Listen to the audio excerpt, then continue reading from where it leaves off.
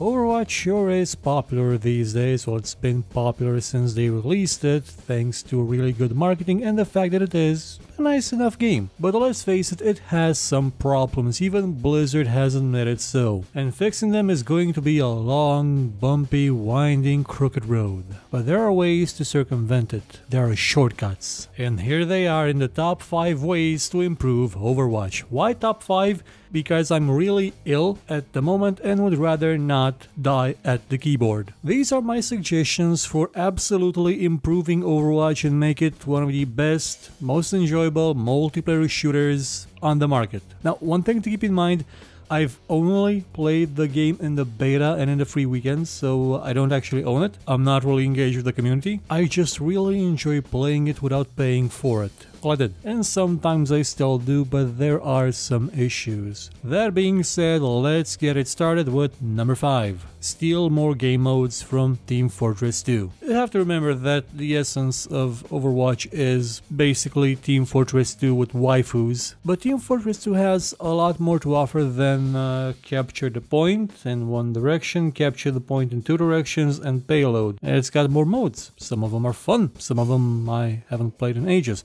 They could add payload race. I mean, why not? 2 teams pushing a cart. That way you can be sure that at least someone on the team will understand that, maybe pushing the cart is what we have to do. You can have more long form checkpoint stuff, you know, with maps that have more than 2 checkpoints that need to be capped in order or not in order. You know, there's that mode in Team Fortress 2 where you can cap certain points and you have to set up defenses on whatever point you think the enemy is going to be at. And then when they capture the other ones, they can go for the inner ones and then capture the main point. You know, stuff that makes it a bit more fun.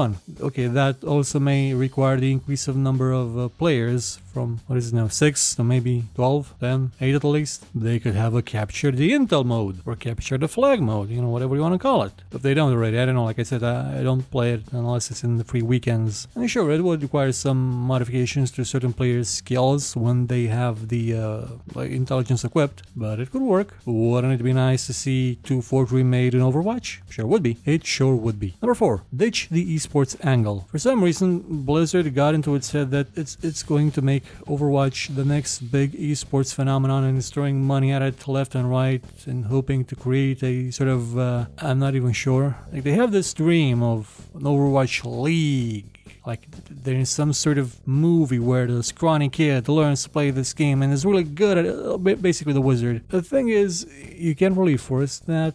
So far, I think it went well. Not sure. I know our team got creamed by China, because of course they did, but it also skews the game a bit. Having an esports league sort of diminishes the fun aspect of the game. I mean, they've already done this with Heroes of the Storm. Heroes of the Storm was supposed to be the fun MOBA, the one you can enjoy, the one that you can go into without wishing at the end that all life on planet Earth was decimated. But the moment they made that into an esport, that went out the window. It's just not possible. What happened with StarCraft was amazing. I mean, it is a genuine esport, an absolute treasure to this medium, but that's StarCraft. And it does have a lot of drawbacks. You want to play competitive StarCraft? Well, good luck. It's a game that actively tries to murder you. You can get things like explosive terrorist syndrome, where if you want to play well, you're gonna have to chop off your hands sometime in the future. That may be a bit of an exaggeration, but it's an actual thing. Like, StarCraft players have severe wrist problems. Severe. Well, the competitive one, I mean the high-end esports ones, but it's the same game, and playing it, trying to play it at their level, you know, trying to excel at it would actively harm you. And it's probably going to be the same way for Overwatch. Well, maybe not as physically harmful, but still mentally and morally harmful. Number 3, stop redesigning characters. This is the same problem that a lot of MOBAs have. They just can't be content with leaving a character as it is, as people started playing it as people fell in love with it, and they just iterate and iterate and iterate until it becomes something that nobody actually wants to play anymore. It becomes a different character. So they should just try to, you know, maybe tweak values, sure, yeah, but not remove abilities, not change ultimate, not ruin it, basically. But if they want to make a character have more of a use in certain scenarios, like they're doing now with Hanzo, they could do it the way that Valve did it with Team Fortress 2. Weapon kits that change the way that the character is played. This way, people that want the classic Hanzo, they can still have their scatter arrow and have fun with it, just randomly shooting the around corners and seeing if anything dies, while people that want a more skill-based approach can switch to the new kit that lets them use the volley thing or whatever kind of attack they have now. Sure, you can put some limitations on how many times you can switch it out in a match, when can you switch it out, but for the most part, it works in Team Fortress 2, so there's no reason why it shouldn't work here as well. Number 2, bring back all character play as the default. Remember when Overwatch was launched, when it was in beta, people weren't really all that worried about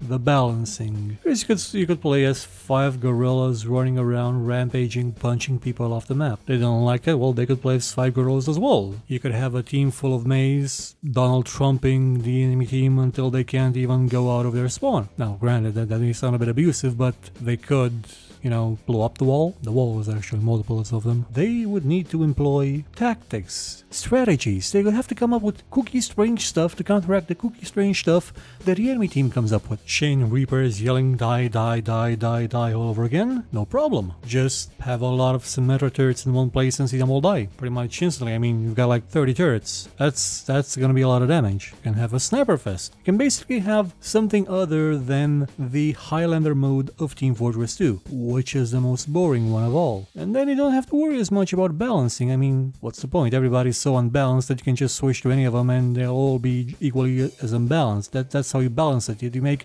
something that's unbalanced and then make something equally unbalanced and, well, something that is also unbalanced and equally unbalanced because you can quantify that. And it solves itself, like it did in the beginning and when it was fun. But most of all, number 1, remove competitive mode. Team Fortress 2 didn't have a competitive mode for most of its existence. It was amazing. It was superb till it went free and things became awful in some ways. And Overwatch could honestly benefit from not having one as well. I mean, look at where the toxicity is coming from. It's coming from, oh, well, I'm stuck in Silver League because my teammates are idiots, so oh, I don't want to play anymore because the matchmaking is not doing good and stuff, and I'm not getting enough rank points and skill and stuff, and, you know, the standard competitive mode bitching you see in every competitive game that requires a team. From Counter-Strike to the Assault Factories of League of Legends and Dota, and just remove it. And just take competitive mode out of the picture. You're stuck with a game that people play to enjoy, not to become complete asshats and